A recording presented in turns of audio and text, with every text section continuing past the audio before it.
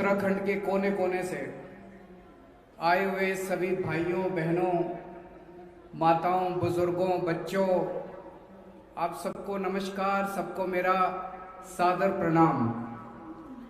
इतनी भारी संख्या में आप लोग आए हैं और क्या जज्बा है आप लोगों का। मैं देख रहा हूं दूर तक लोग ही लोग नजर आ रहे हैं, दूर तक लोग ही लोग नजर आ रहे हैं और अभी तो आ रहे हैं, चलता जा रहा है सिलसिला। आप सबका बहुत बहुत शुक्रिया, समय निकाल के आप लोग हमारे बीच में आए हमारी बातचीत सुनने के लिए।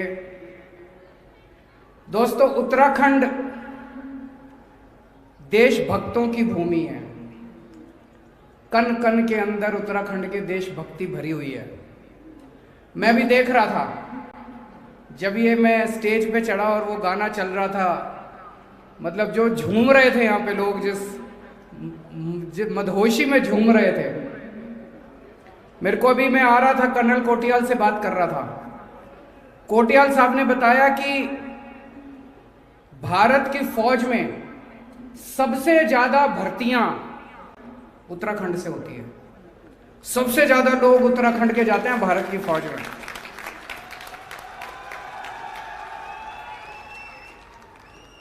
अपने देश को बचाने के लिए, अपने देश की सुरक्षा करने के लिए, और अपने देश की सुरक्षा करते करते न जाने कितने लोग, उत्तराखंड की धरती के कितने लोग शहीद हो गए। शहीदों की धरती है ये, वीरों की धरती है ये, देशभक्तों की धरती है। जब मैं राजनीति में नहीं आया था, जब मैं एनजीओ चलाया करता था, मैं देखता था कई सारे फौजी, जब कभी कभी कोई फौजी शहीद हो जाता था तो उसके परिवार को देखने वाला कोई नहीं होता था। मुझे बुरा लगता था। मुझे लगता था यार, सरकारों की जिम्मेदारी है कि अगर कोई फौजी शहीद हो जाए तो उसके परिवार की देखरेख करने वाला, उसके परिवार की सुध लेने वाला कोई तो होना चाहिए। जब दिल्ली में हमारी सरकार बनी तो मुझे पता चला दिल्ली पुलिस में अगर कोई शहीद हो जाता है, दिल्ली पुलिस में पुलिस वाले अगर कोई शहीद हो जाता है तो शहादत के बाद उसकी विधवा को एक सिलाई मशीन देते हैं सरकार। ये कीमत है हमारी शहादत की।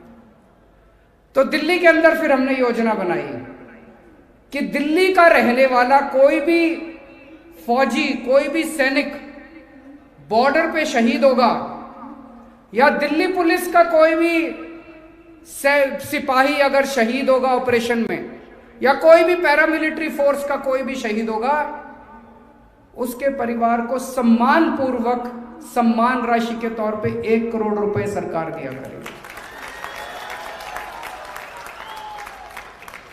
और दिल्ली में कई ऐसे शहीदों को मैं उनके घर जाके पर्सनली चेक दे के आया हूं, कईयों को। उनको अच्छा लगता है, उनको ये लगता है कि देश उनकी परवाह करता है, उनको ये लगता है कि समाज उनकी परवाह करता है, उन्हें अच्छा लगता है। उत्तराखंड में भी करेंगे, उत्तराखंड में जब सरकार बनेगी उत्तराखंड में भी करेंगे। उत्तराखंड का रहने वाला कोई भी सैनिक बॉर्डर पे शहीद होगा, किसी भी ऑपरेशन में शहीद होगा कहीं भी, या उत्तराखंड पुलिस का कोई भी सिपाही या पैरामिलिट्री फोर्स का कोई भी सैनिक उत्तराखंड का रहने वाला अगर किसी भी ऑपरेशन में शहीद होगा, उसके परिवार को सम्मान पूर्वक हमारे मुख्यमंत्री कर्नल कोटियाल उनके घर जाके 1 करोड़ रुपए की सम्मान राशि देके आए।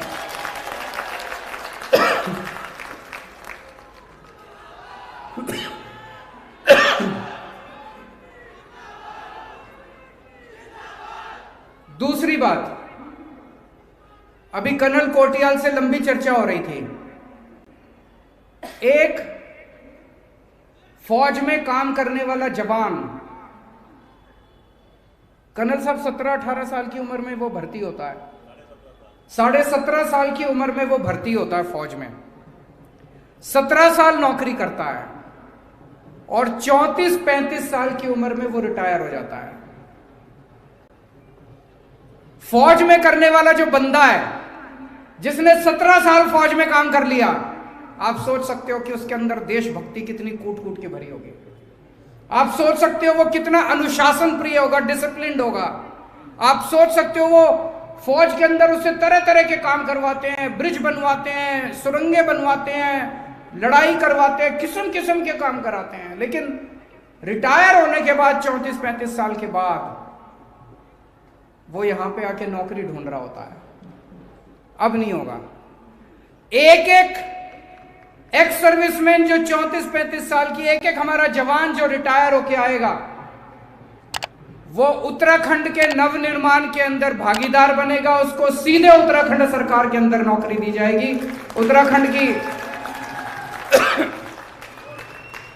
उत्तराखंड की सरकार के साथ मिलके, कंधे से कंधा मिला के, अपने बड़े भाई कर्नल कोटियाल जी के साथ मिलके वो उत्तराखंड का नवनिर्माण करेगा। इन लोगों की, इनकी सबकी देशभक्ति का, इनके जज्बे का, इनकी मेहनत का, इसका फायदा उठाएंगे हम लोग। आज उत्तराखंड में रहने वाले जितने एक्स सर्विसमैन हैं बताते हैं, उत्तराखंड का हर परिवार, उत्तराखंड में देवभूमि, हर परिवार के अंदर या तो कोई रिश्ते में या उनके परिवार में कोई ना कोई फौजी है या एक्स सर्विसमैन है। बहुत खुशी की बात है, लोग आए जा रहे हैं, आए जा रहे हैं। अभी मैं देख रहा हूं दूर तक लोग आते जा रहे हैं। एक बार जोरदार तालियां अपने सभी लोगों के लिए जो इतना समय निकाल के दूर दूर से आ रहे हैं। मैं आज आह्वान करना चाहता हूं सभी एक्स सर्विसमैन को, सभी फौजियों को जो फौज में आज काम कर रहे हैं उत्तराखंड के, और जो रिटायर हो चुके हैं, उन सबको आज आह्वान करना चाहता हूं, आइए आम आदमी पार्टी के साथ मिलके उत्तराखंड का नवनिर्माण करते हैं। हर परिवार के अंदर कोई ना कोई फौजी है उत्तराखंड में, या तो उनके दोस्ती में या रिश्तेदारियों में। अगर उत्तराखंड के फौजियों ने तय कर लिया कि इस बार आम आदमी पार्टी का साथ देना है, तो भाई साहब फिर आम आदमी पार्टी की सरकार बनने से कोई नहीं रोक सकता। मैं आज सारे उत्तराखंड के फौजियों से, एक्स सर्विसमैन से हाथ जोड़ के देश के नाम अपील कर रहा हूं। आप में से आम आदमी पार्टी तो नई नई पार्टी है, आप में से कुछ लोग कांग्रेसी रहे होंगे, आप में से कुछ लोग बीजेपी वाले भी रहे होंगे, बीजेपी की तरफ आपका प्यार होगा। आपने पिछले 20 साल में 10 साल बीजेपी को दिए, आपने पिछले 20 साल में 10 साल कांग्रेस को दिए। दोनों पार्टियों ने मिलकर उत्तराखंड का बेड़ा गर्क कर दिया।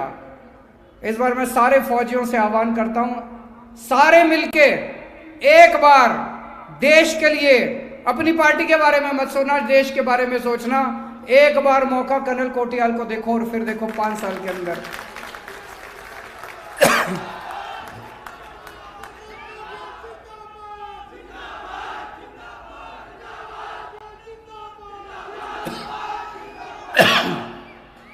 दोस्तों, मैंने उत्तर प्रदेश में भी बोला था, बाबा साहब अम्बेडकर का मैं परम भक्त हूं, मैं परम पुजारी हूं, पूजा करता हूं मैं बाबा साहब अम्बेडकर के।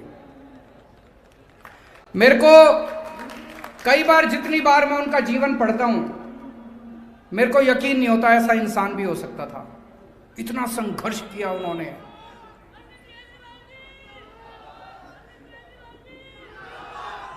यकीन नहीं होता ऐसा इंसान पैदा हुआ था। इतना संघर्ष किया उन्होंने, इतना संघर्ष किया। बहुत गरीब घर में पैदा हुए, बहुत गरीब घर में, खाने को भी नहीं था। और उन दिनों में, अंग्रेजों के जमाने में, छुआछूत भी इतनी थी, कोई उनको पास नहीं आने देता। स्कूल में, कॉलेज में, हर जगह छुआछूत का सामना करना पड़ा। उस जमाने में उस शख्स ने शिक्षा पे इतना जोर दिया। उस जमाने में, अंग्रेजों के जमाने में, उसने विदेशों से 2-2 पीएचडी करी। एक पीएचडी उसने लंदन से करी उन्होंने, और एक पीएचडी अमेरिका से करी। भाई साहब, आज के जमाने में आपका बेटा अगर लंदन से पीएचडी करना चाहे, आसान नहीं है पीएचडी करनी, बहुत मुश्किल है। पहले तो दाखला नहीं मिलता, फिर पैसे का इंतजाम नहीं होता। उस शख्स को दाखला भी मिला और उसने स्कॉलरशिप का इंतजाम भी करा। 2-2 पीएचडी करी उन्होंने।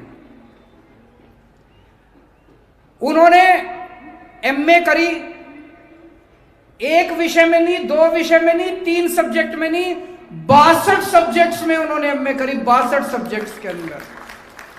मेरे को तो, मुझे तो लगता है वर्ल्ड रिकॉर्ड होगा शायद उनका, 62 विषयों में। भाई साहब, बाबा साहब का एक सपना था, उनको लगता था कि अगर समाज के हर बच्चे को, गरीब के, दलित के, देश के हर बच्चे को अगर अच्छी शिक्षा मिल गई तो सारे समाज से गरीबी दूर हो सकती है, बराबरी का हक मिल सकता है। उनका सपना था कि हर बच्चे को अच्छी से अच्छी शिक्षा मिले। 70 साल में इतनी सरकारें आई, किसी ने बाबा साहब का सपना पूरा नहीं किया। जानबूझ के हम लोगों को, इस देश के लोगों को अनपढ़ रखा इन्होंने, सारी पार्टियों ने मिलकर, ताकि इनको वोट बैंक बना के रखे। ये हमारा वोट बैंक, वो हमारा वोट बैंक, वो हमारा वोट बैंक, ताकि इनको गरीब रखें। ये जानबूझ के गरीब रखते हैं कि मजदूर सस्ते में मिल जाए इन लोगों को। इन सारी पार्टियों ने मिलकर जानबूझ के, अगर दिल्ली के अंदर हम लोग 5 साल में स्कूल इतने अच्छे कर सकते हैं, दिल्ली के अंदर अगर हम इतने शानदार सरकारी स्कूल कर सकते हैं, 75 साल के अंदर ये बीजेपी कांग्रेस वाले स्कूल ठीक नहीं कर सकते थे क्या? कर सकते थे, नहीं करे इन्होंने, जानबूझ के नहीं करे इन्होंने, जानबूझ के अपने बच्चों को गरीब रखा, अनपढ़ रखा। मैंने कसम खाई, बाबा साहब का सपना मैं पूरा करूंगा।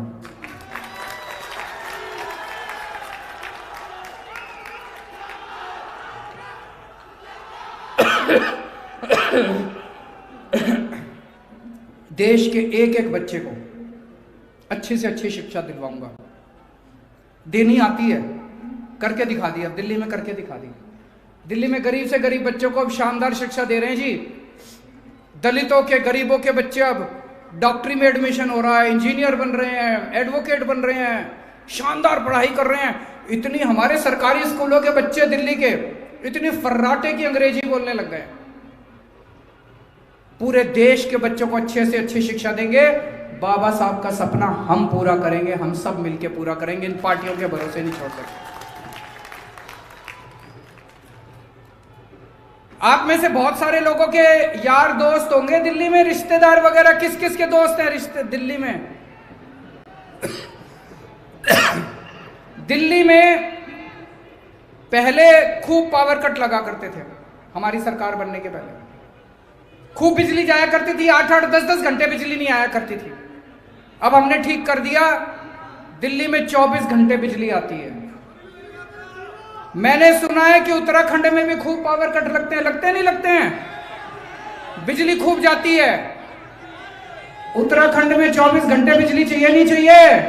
हाथ खड़े करके बताओ, बिजली चाहिए नहीं चाहिए 24 घंटे? तो अब इनके बीजेपी वालों के तो बस की है नहीं, 10 साल में नहीं कर पाए तो अब क्या करेंगे? कांग्रेस वालों के तो बस की है नहीं, 10 साल में नहीं कर पाए तो क्या करेंगे? एक मौका आम आदमी पार्टी को देके देखो, जैसे दिल्ली में 24 घंटे बिजली करी है, ऐसे ही उत्तराखंड के अंदर भी 24 घंटे बिजली कर देंगे।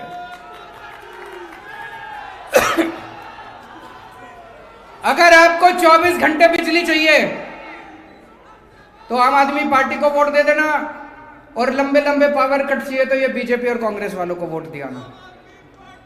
अच्छा भाई साहब, एक और चमत्कार हो रहा है। दिल्ली में 24 घंटे बिजली आती है और फ्री में बिजली आती है।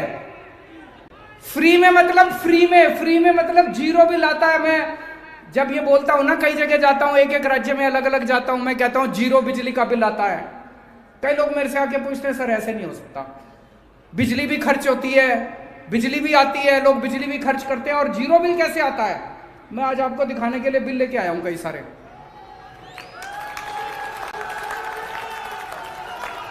ये देखो, ये कोई मिस्टर राजू है, इनका ये जीरो बिजली का बिल आया हुआ है और इन्होंने करीब 170 यूनिट बिजली फूकी है। ये कमलेश जी हैं, इनका जीरो बिजली का बिल आया हुआ है। ये मनीष अग्रवाल है, इनका जीरो बिजली का बिल आया। सबके 35 लाख परिवारों के दिल्ली में जीरो बिजली के बिल आते हैं। उत्तराखंड में बिजली के बिल जीरो चाहिए नहीं चाहिए? फ्री में बिजली चाहिए नहीं चाहिए? बीजेपी दे सकती है? कांग्रेस दे सकती है? कौन दे सकता है? आम आदमी पार्टी। ये झाड़ू वाले ही दे सकते हैं, झाड़ू पे मोहर लगा देना इस बार। 24 घंटे बिजली देंगे, फ्री में बिजली देंगे। और ये मेरे ऊपर खूब गालियां देते हैं, मेरे को ये सारे बीजेपी वाले, कांग्रेस वाले खूब गालियां देते हैं, कहते हैं केजरीवाल सब कुछ फ्री फ्री फ्री फ्री बांट रहा है, सब कुछ फ्री दे रहा है। ये एक एक मंत्री है ना, आपके धामी साहब हैं, धामी साहब को महीने में 5000 यूनिट बिजली मुफ्त मिलती है। एक महीने में 5000 यूनिट, एक महीने में 5000 यूनिट। इतने जितने मंत्री हैं आपके, हर मंत्री को 4-4 हजार यूनिट बिजली मुफ्त मिलती है महीने की। अगर मेरी पब्लिक को मैं 300 यूनिट बिजली मुफ्त दे दूं महीने की, तो इनको मिर्ची लगती है, इनको तकलीफ होती है। तुम्हारी बिजली मुफ्त हो तो कोई दिक्कत नहीं, जनता की बिजली मुफ्त नहीं होनी चाहिए, जनता की बिजली मुफ्त नहीं होनी चाहिए। तो आम आदमी पार्टी को वोट दो, 24 घंटे बिजली भी देंगे, मुफ्त में बिजली भी देंगे। और एक और बात है, आजकल ये जब से मैंने फ्री बिजली करी है, ये दूसरी पार्टी वाले भी कहने लग गए हम भी फ्री बिजली देंगे, हम भी फ्री बिजली देंगे। किसी के बस की बात ना है, किसी के बस की बात ना है। ये फॉर्मूला सीधा भगवान ने केवल मेरे को दिया है, केवल केजरीवाल को दिया है, मैं ही कर सकता हूं बस। 24 घंटे बिजली और फ्री बिजली, ये वरदान है मेरे को। ऊपर वाले ने केवल मेरे को फॉर्मूला दिया है, मेरे पे भरोसा करना, बाकी सारे झूठे हैं, बाकी सारे नकलची हैं।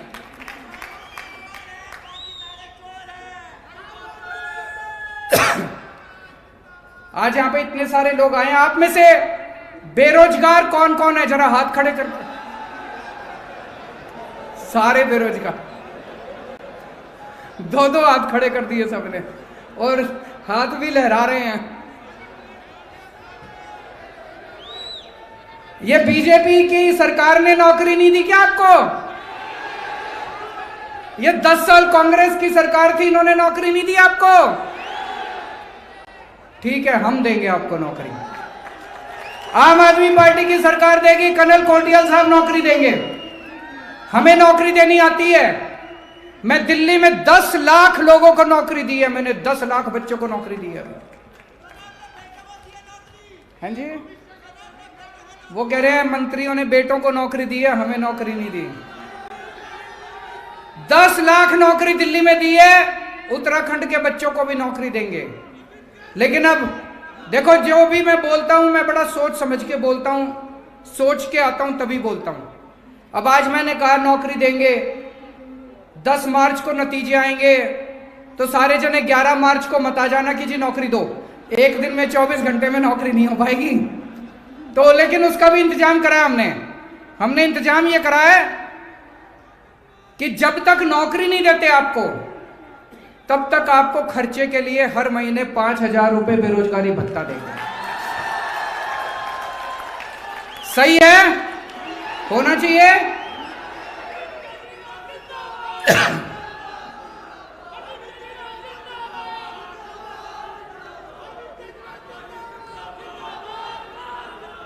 हर महिला को, जो 18 साल से ऊपर की महिला है, मैं देख रहा हूं बहुत सारी मां बहनें बैठी हैं, हर महिला को हर महीने 1000 रुपए उनके अकाउंट में डलवाएंगे।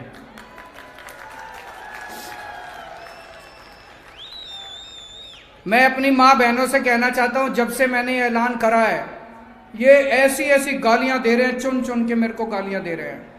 एक इनका मंत्री बोला खड़ा होके, कहता है औरतें बिगड़ जाएंगी 1000 रुपए दोगे तो। मैंने कहा तुम नहीं बिगड़े तो हजारों करोड़ रुपए डकार गए। तुम नहीं बिगड़े, हमारी मां बहनों को 1000 रुपए मिलेंगे, वो आशीर्वाद देंगे और उनके आशीर्वाद से उत्तराखंड की तरक्की होगी। ये कहते हैं केजरीवाल पैसे लुटा रहा है, 1000 रुपए दे रहा है, बिजली मुफ्त कर रहा है, बेरोजगारी भत्ता दे रहा है। ये क्यों गालियां देते हैं? कभी सोचा आपने?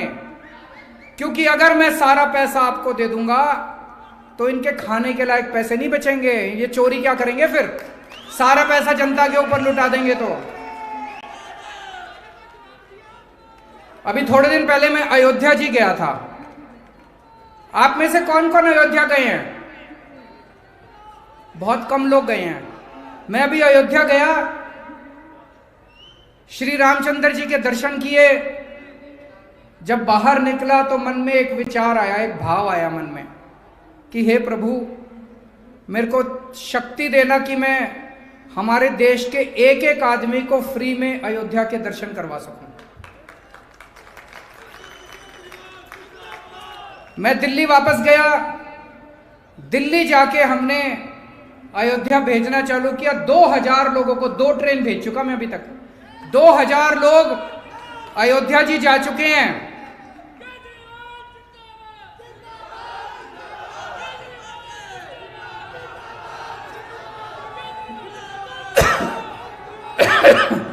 दो 2000 लोगों को अभी तक एसी ट्रेन से भेजते हैं, एसी होटल में रुकवाते हैं। आना जाना रहना खाना पीना सब मुफ्त, सारा सरकार करती है। हमें लगता है कि अगर ज्यादा से ज्यादा लोग अयोध्या जाके रामचंद्र जी के दर्शन करेंगे, इससे अच्छी अच्छी वाइब्रेशन फैलेंगी चारों तरफ। आप में से कौन कौन अयोध्या जाना चाहता है फ्री में? जरा हाथ खड़े करो। आप में से कौन कौन अजमेर शरीफ जाना चाहता है? जरा हाथ खड़े करो। हम चर्च भी भेजते हैं वेलंकनी। आप में से कोई चर्च अगर जाना चाहे तो वहां भी भेजते हैं।